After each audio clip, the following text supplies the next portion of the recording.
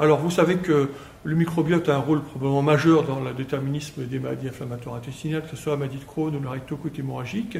Et donc, de grands espoirs sont mis sur l'aspect thérapeutique de la transplantation fécale, c'est-à-dire d'administrer chez des patients, après avoir nettoyé la flore par l'administration de PEG, finalement, comme pour la coloscopie, l'administration donc de flore de sujets sains, qui sont en général des sujets proches de la famille, etc. Bon. Alors, ça a été parfaitement démontré, et l'intérêt de cette technique a été démontré dans une maladie qui s'appelle la colite à Clostridium difficile, qui résiste au traitement habituel.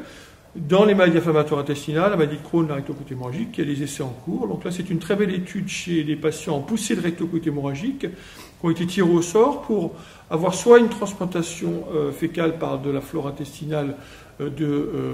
sujets de la famille, et l'administration donc était par intraduodénal, directement dans le duodénum donc, des patients, soit ils recevaient leur propre flore intestinale, leur propre locelle finalement, donc en aveugle, c'est-à-dire que ni les patients ni les investigateurs ne connaissaient donc le traitement. C'était des sujets en poussée, et malheureusement donc l'étude est négative, c'est-à-dire qu'il n'y a pas eu plus de rémission dans le groupe qui a reçu la transplantation fécale du sujet sain que leur propre transplantation fécale. Il n'y a pas eu d'effets secondaires majeurs qui laissent penser que c'est dangereux, mais l'étude est négative. Ça veut dire que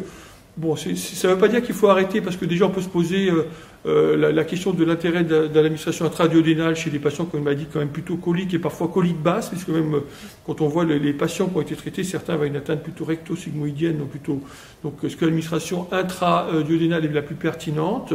Donc il faut continuer dans ce domaine-là, mais en tout cas ce n'est pas aujourd'hui un traitement à utiliser en dehors des essais cliniques bien codifiés. Il y en a actuellement en cours en France et ailleurs dans le monde.